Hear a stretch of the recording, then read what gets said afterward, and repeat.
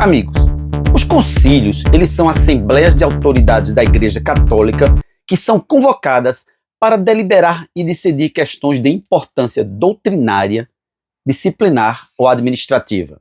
Dentre os concílios, os mais importantes, eles são os ecumênicos, pois eles envolvem a participação do Papa e dos bispos de todo o mundo. A questão que esse vídeo trará é se esses concílios, os ecumênicos, eles seriam hierarquicamente superiores aos papas a ponto de poder destituí-los. Essa questão ela é historicamente controversa. Na história da Igreja Católica, nós podemos citar alguns casos em que um papa ele foi deposto por um concílio ecumênico. Houve o caso do Papa Honório I, que foi deposto pelo Segundo Concílio de Constantinopla em 692. Temos também o caso do Papa Gregório VII, que foi afastado pelo Concílio de Brixen, na Itália. E podemos ainda citar o Papa João XXII, que foi retirado do trono de Pedro pelo Concílio de Constança em 1415.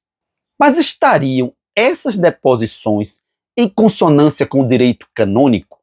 Para os católicos, o Papa é considerado o vigário de Cristo na terra e o sucessor de São Pedro. Sendo assim, é a autoridade suprema da Igreja.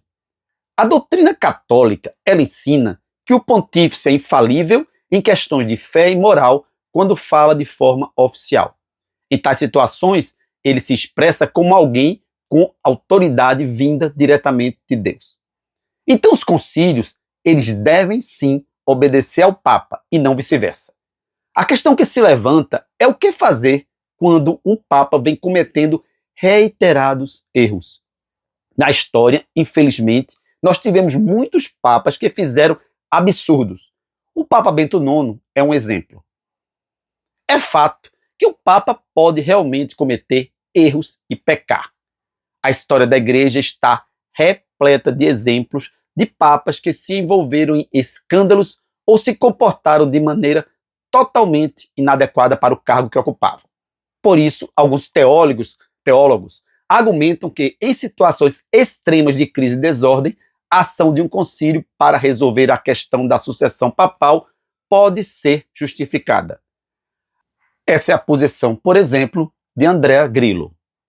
Tal solução, entretanto, em minha concepção, ela não encontra amparo no Código de Direito Canônico, que não prevê tal possibilidade.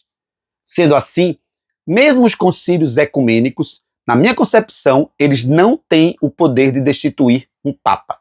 Mas aí se questiona o que fazer, por exemplo, no caso em que um papa ele perca a sua capacidade mental. No caso em que o papa fique louco. Em tais situações, a solução menos traumática, na minha concepção, é a suspensão do pontífice de suas atividades, cabendo ao Colégio de Cardeais administrar a Igreja no período. Não seria, e isso é importante frisar, um caso de destituição, mas a pena de suspensão. Tanto é assim que, se o Papa retornar à plenitude das suas faculdades mentais, ele poderá assumir novamente o trono de Pedro.